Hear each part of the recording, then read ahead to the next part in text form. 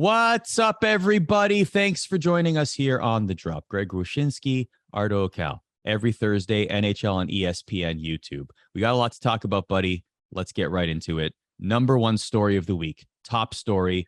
Have to absolutely dive into this. The Montreal Canadiens have a new mascot, bud.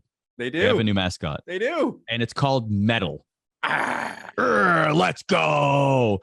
So actually, I will say this, Greg. I like the backstory. I'm not gonna lie. I like the backstory. What's so the mascot? The mascot is tied to the reverse retro jersey. Apparently, the mascot will appear whenever the Habs wear the reverse retro jersey. According to the team, Metal, all capitalized, exclamation mark, very important, was named after wandering out of the nursery at birth in 1979, drawn to the sounds of Renegade by Styx playing on the radio, bobbing his head, throwing two fingers in the air, spotted by a janitor who laughed and cried out, "That's so metal." However, bad news, 1993, Habs win the Stanley Cup, Greg, gets trapped under the Montreal Forum for decades. Exactly. Yep. With Guy Carbonneau for decades and decades and decades until finally uncryogenically frozen and back to the earth.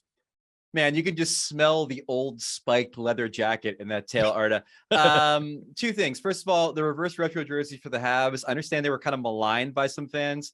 They, sir, are metal. They are a tribute to the Montreal Expos, the team of Tim Raines, Andres Galarraga, Andre Dawson. Like, that is awesome. And the Les Habitants fans and the team, they need to stop being the ones that stare at their keister more than any other team in this league when it comes to tradition. These are awesome, and I hate that they were maligned by anybody. Secondly, the existence of metal proves my theory that Gritty has ruined mascots. Listen, like, we've had the dumb troll in Seattle. We've had this monstrosity in Montreal. Gritty has ruined mascots. Maybe we should just stop trying. That's all I'm saying. You don't like metal?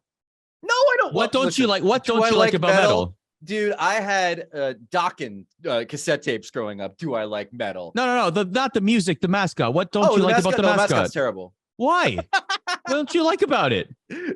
It's a bad look, man. Oh, you don't like the look of it. Okay, again, the point of comparison is UP. Okay. They have mascot perfection. They are clearly trying to recapture the magic. They gave him a exclamation point, for God's sakes.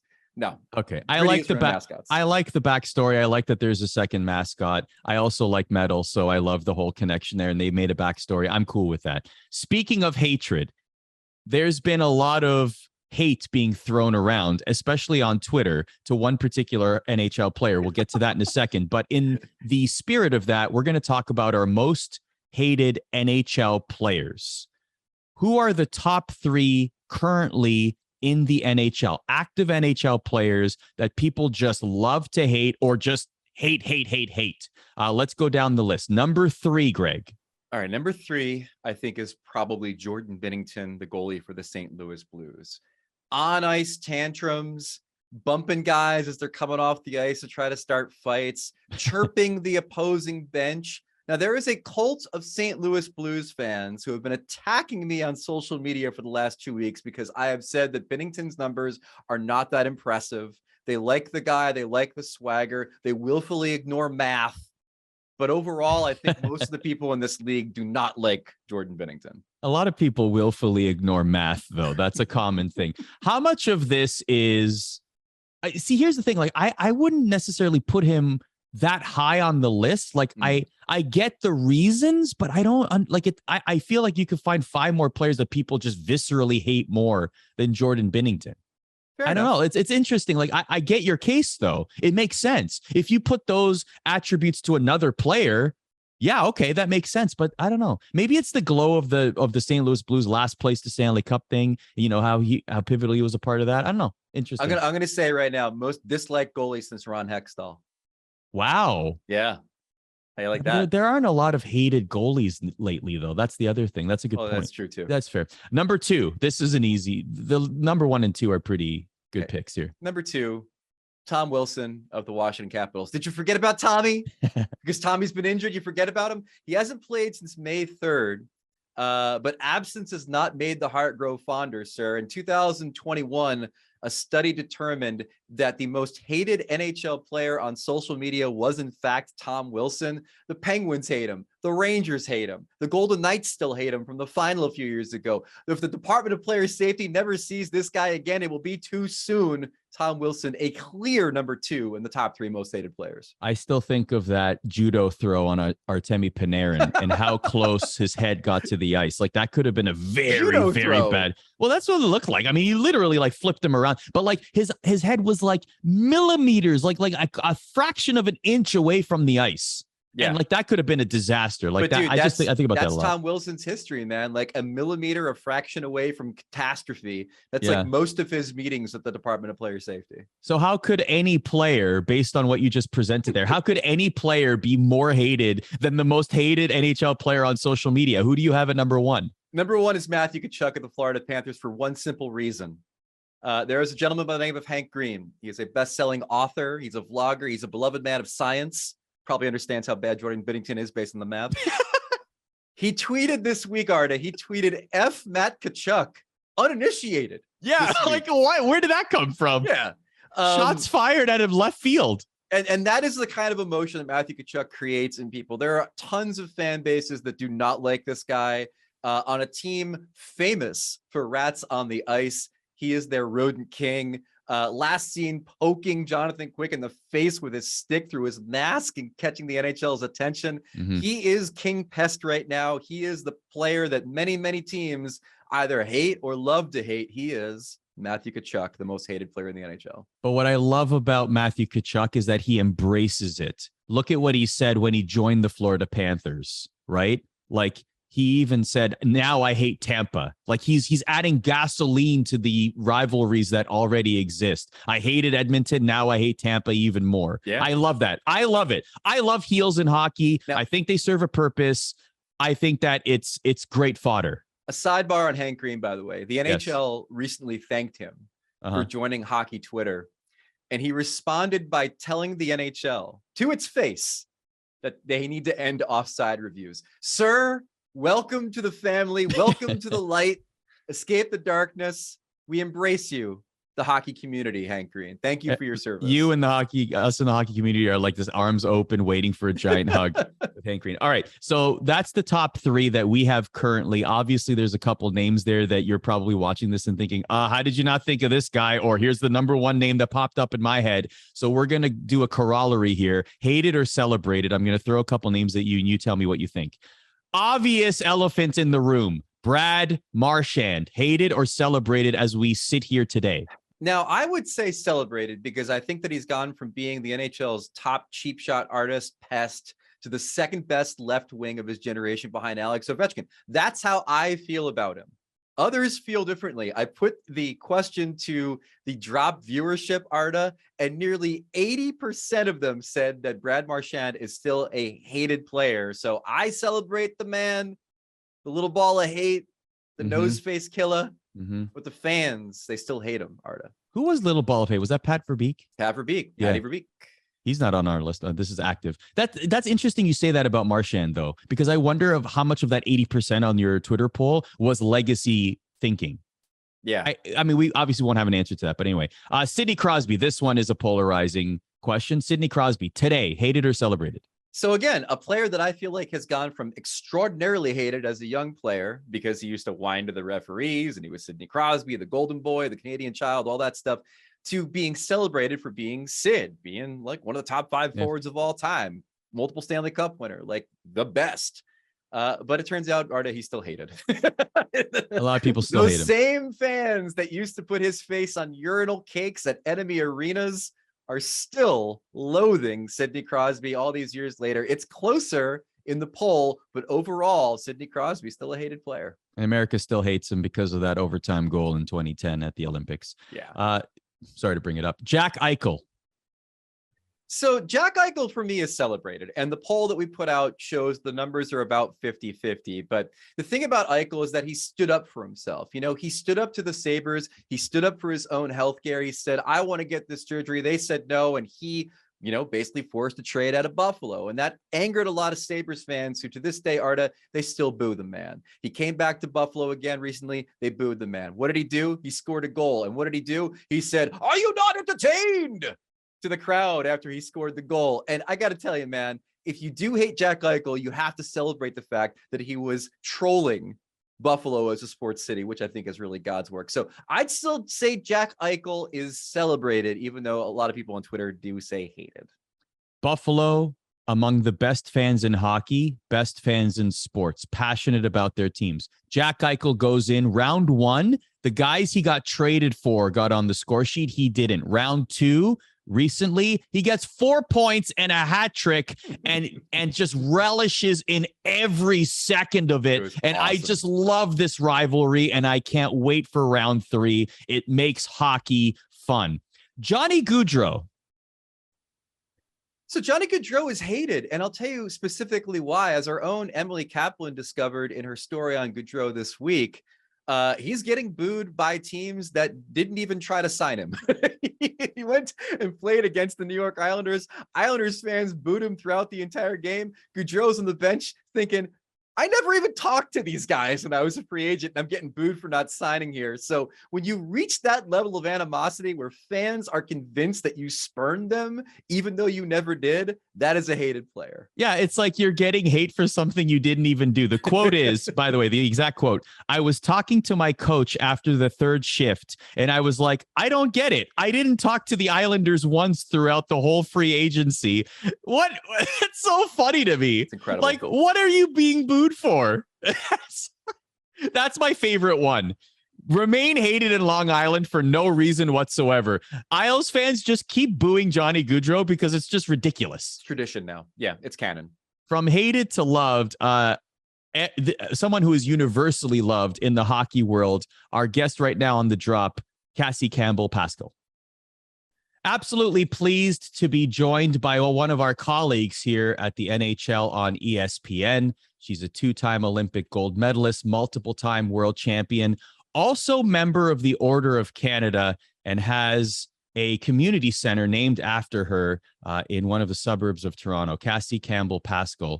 Before we get to hockey, Cassie, I have to ask, I don't think I've really spoken to somebody who's a member of the Order of Canada before. Yeah. So I'm curious, like, that's one of the highest honors you can get in the country. I'm curious, what kind of perks does that come with? I'm not sure. I haven't experienced too many great perks. You're supposed to wear a pin, and I feel bad because I don't do it, but I also feel like it's a little too much sometimes to be wearing this pin around all the time. But it was an incredible experience. But I have to tell you, I was asked to speak to the group of people who were being, given the same honor as me that day. And I left my table thinking I need to read a ton of more books, because there I am with people who are solving cancer and, doing all these amazing things in other fields. And I'm just a hockey player. So it was quite humbling. And I honestly felt like one of the most uneducated people in the whole room. I was surrounded by, incredible individuals. So it was a humbling day and a lot of fun and a great honor. I had my family there, and it's a pretty special ceremony up here. Arda, awesome. Isn't it incredible that Cassie doesn't know that she's now allowed to get free Timbits at any Tim Hortons in the country? For life. I didn't know that. I should burn my pin then. Yeah. It's wild. It's wild. Cassie, I wanted to ask you about the Calgary Flames, a team that you know pretty well. What has been the team like in the era after Johnny Gaudreau is now a Columbus Blue Jacket? Matthew Tkachuk is now a member of the Florida Panthers. What is Calgary Flames life like for them at this point in the season? Well, I'll be honest. I think it's exactly what's expected. You have 2 key guys go, and then you have 2 key guys come in, in Uyghur and Huberdeau, and who've never played in Canada before and who are dealing with those expectations. And, I feel like early on in the season, the whole team has sort of struggled just trying to find some chemistry and where exactly those guys fit. And I truly thought the offense wouldn't be where it was last year as a group in general. This is a team that, really has to score by committee, but I wasn't surprised by the maybe lack of quick transition from both of those guys. I thought Huberdeau on Monday night against LA had one of his better games, playing with Backlund and Trevor Lewis. And, It's just been one of those starts where you have a bunch of guys trying to get used to a new coach and, still trying to find line combinations and a goaltender that's, slowly here in the last couple of games, and Jacob Markstrom found his stride. So, I truly believe this team is built for the playoffs, and obviously you have to get there, but I wasn't expecting the same regular season as what we saw last year with Gaudreau and Tkachuk in the lineup. I mean, you lose that amount of points, you're going to struggle in that area for sure.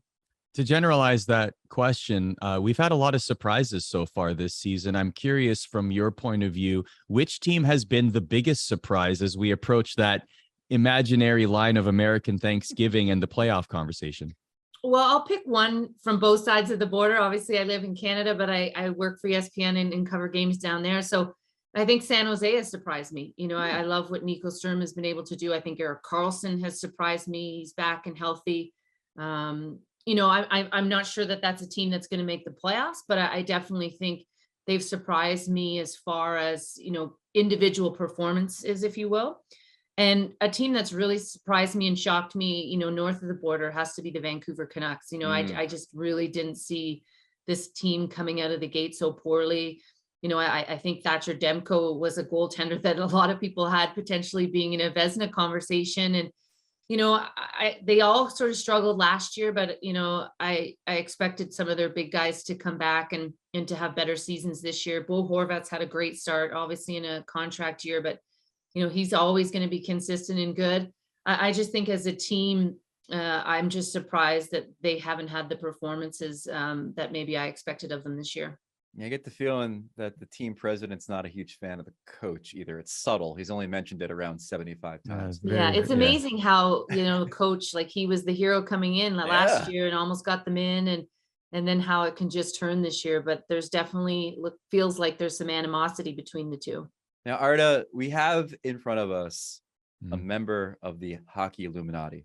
Cassie is a member of the Hockey Hall of Fame Selection Committee, this spooky clandestine right, there group, it is. the Stonecutters Union of the I should have brought lights and the amount of pins that you have to wear, Cassie. It's like Order of Canada, Hockey Hall of Fame. It's like a whole jacket worth. Now you've sworn an omerta to the Hockey Hall of Fame about talking about how this process works. We completely understand that, but what have you discovered about the Hall of Fame selection process that maybe you didn't realize before you joined this cabal of hockey people that pick the inductees each year? Yeah, I think for me, right off the hop was how welcoming they were of me. I was fortunate enough to be the first woman, and we have now Cami Granato, but I walked into that room and I was sort of I wasn't sure what I was expecting. And, they all stood up and shook my hand and welcomed me. And I love the different opinions in there. I love the different generations in there.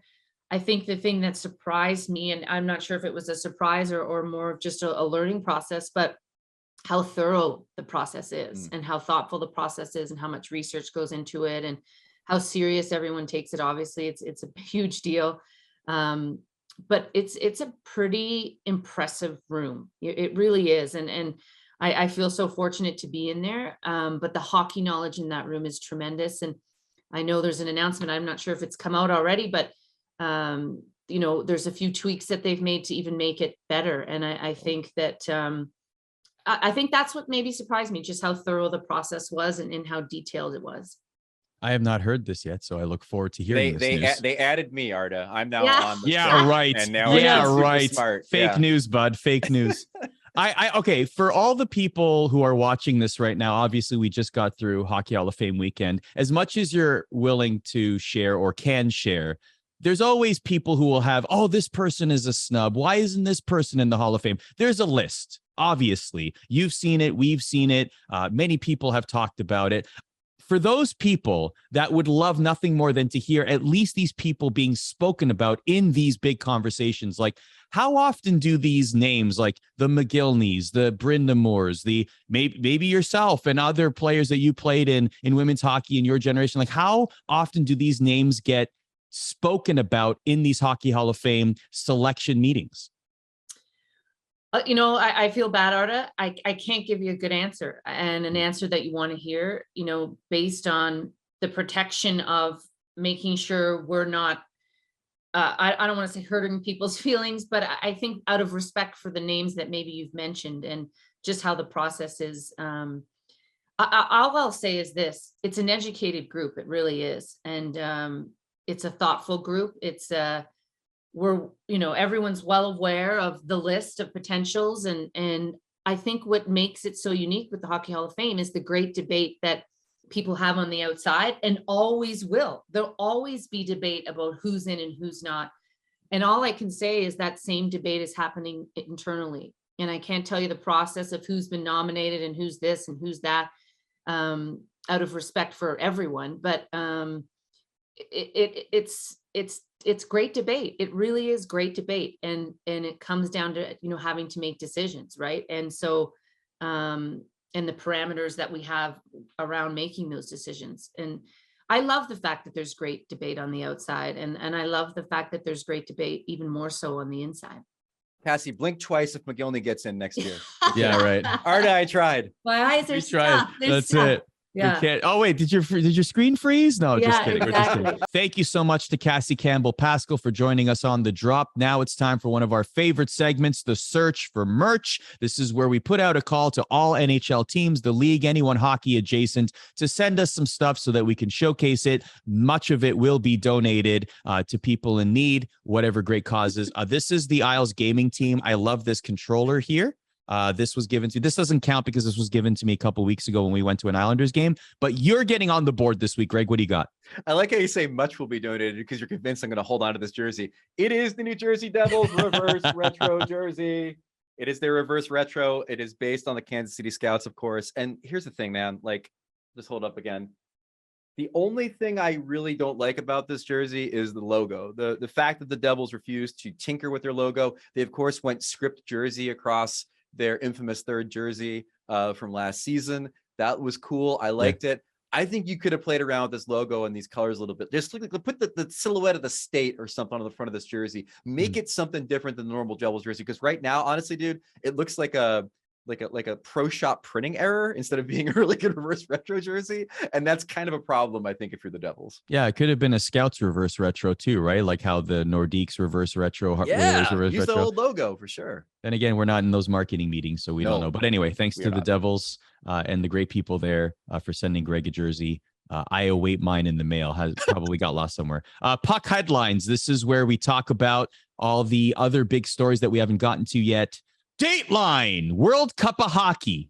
The NHL and HLPA announced that it's being pushed. The World Cup of Hockey is being pushed to 2025 due to international tensions over Russia's invasion of Ukraine. So there is a tangible reason why the World Cup of Hockey will not be played in 2024. I just love the fact that the World Cup of Hockey is, we could get excited about it, likely, probably, possibly making a return, Greg. Yeah, in 2025, hopefully. But it's not only that, it's also like the logistics behind it, trying to find the right arenas in Europe and the US, trying to get a broadcast television deal. They wanted a little bit more runway. But again, it is beyond time for us to get a best on best tournament. So the lovely United States of America can finally unleash Austin Matthews and Jack Eichel and Jack Hughes on an unsuspecting Canadian team that will be finally taken down from its throne. Who also is struggling to find a goaltender. Well, actually, Carter Hart's doing all right this year. But yes, you're absolutely right. Team USA would look very, very scary. Dateline Hockey Hall of Fame. Congrats to the class of 2022. Who is an eligible man or woman that we want? And we didn't get an answer from Cassie Campbell-Pascall. Of course, we tried. So to all of you watching, we tried. Look, we did our Big J journalism effort there. But who do we want in the Hall of Fame in 2023, Greg? Well, like I mentioned to Cassie, like Alex McGillney is the perfect candidate. He's got the statistical measurement that I think you need, points per game. He's near the top 30 of all time. He was a superstar. He fulfills the fame quotient, but most importantly, he's got an incredible backstory about being the first player to defect from the Soviet Union and play in the National Hockey League. And at a time when we don't necessarily want to be celebrating Russian players, I've been told by some people about his candidacy. I think the fact that he escaped the Soviet Union would be something that's in his favor as far as his backstory. And also Julie Chu, who is an icon of American hockey and has been on the outside looking into the Hall of Fame for too long. And I would love to see her get inducted next year. Speaking of icons of American hockey, I'm going to go off the board a little bit here, and I would like to see Barry Melrose win the Foster Hewitt Award. I know Bill Clement won it this year. On the broadcast, they mentioned that he essentially is one of the faces of American hockey. Well deserved. He's been doing it for a very long time. Also, his playing career spoke for itself. For Barry, though, and I've seen this personally, having been around him for many years now doing ESPN broadcasts, he truly falls in that category as well. He is a face of hockey in America, and what he's contributed since 1994 at ESPN for that run and what he has contributed to hockey during that time, I absolutely believe. I hope to see it one day. Barry Melrose winning the Foster Hewitt Award and immortalized as a broadcaster in the Hockey Hall of Fame. It is an absolutely great idea. I think the fact that we now have a mullet arena means that we should definitely have a mullet in the Hall of Fame as well. Maybe he goes in the same class with Yager, Arda. We'll just make it an all mullet. Just the class. all mullet affair. Yes. Who? Let us know who else should be inducted into the Hockey Mullet Hall of Fame. Dateline hockey apologies. Devils fans chanted "Fire Lindy" to start the season. And oh boy, who didn't see this coming? Go on a 9-10 game heater, and all of a sudden the fans at home at Prudential Center are chanting "Sorry, Lindy" Awesome. after the ridiculous start. Greg, first of all, as a Devils fan, you must have thought that was hilarious. But what is your favorite hockey apology? I did find it hilarious. It's a miracle what a few saves can do for a head coach during the season. My favorite hockey apology, though, is definitely the Tampa Bay Lightning a few years ago. In case you forgot, after they were swept in the 1-8 series by the Columbus Blue Jackets, the Lightning actually posted a Twitter apology to its fans saying that they were going to be better. They were going to try harder. The fans were all like, this is a joke. Who would ever expect this from an NHL team? You might as well just blow the whole thing up and try again. And they apologized by winning 2 straight Stanley Cups, which is an incredible apology to make to your fans. Absolutely. I'll go with the Brad Marchand, Ryan Callahan apology. Hey, I owe you all the drinks you want. When we interviewed Brad Marchand on the Bruins Rangers broadcast. Best sports apology to me is the Conor McGregor. I'd like to apologize to absolutely nobody. Oh, it's fantastic. Question of the week. We always encourage you to send us questions at Wyshynski, at Arda. The question of the week is from Paul. If you were only able to eat one traditional Thanksgiving food, and happy Thanksgiving to everybody. We are on its precipice. Thanksgiving food for the rest of your life, not week, not month, not year, life, Greg. Okay. That's a lot of time. If you're only able to eat one traditional Thanksgiving food, what would it be? Well, I would carb load because my favorite Thanksgiving food is actually a sandwich that I make post-meal around 11 o'clock at night. What you do is you eat cold turkey, warmed up in the microwave stuffing, a smear of mayo on lightly toasted bread. It is the Greg Wyshynski leftover sandwich. It is very famous, and it is the single most delicious thing I eat on an annual basis. I like that. My answer is nothing, because Thanksgiving food is garbage, and we all know it. It is made for bulk consumption. Let's hold a mirror to ourselves, people. Thanksgiving food sucks. Wow. Okay. Wow. You know, turkey, stuffing, cranberry sauce. You know what's the best part of Thanksgiving? The beverage. The beverage. Yeah. I will not stand for this mini croissant erasure, which is truly one of the greatest things you could possibly eat. And it's not like you're eating them in July. You're only eating them one time a year, but they are part of the meal. And that is probably right there with the sandwich as far as what I would eat on a daily basis. Damn mini croissants, man. Put them on my tummy. Gosh. Thanks for watching The Drop. We have a lot of fun on this show. The next episode is on November 30th, by the way. And we have a little bit of a hiatus as well on our exclusive ESPN and ESPN family of networks, ESPN Plus games. So we'll see you there in a couple weeks as well. Before we go, Greg, I just wanted to mention congratulations to new San Jose Sharks player Nick Cicek, who made his debut against the Vegas Golden Knights. The Sharks were victorious. I'm not saying this with any bias whatsoever, but I just wanted to send out a round of applause and stick taps to Nick Cicek.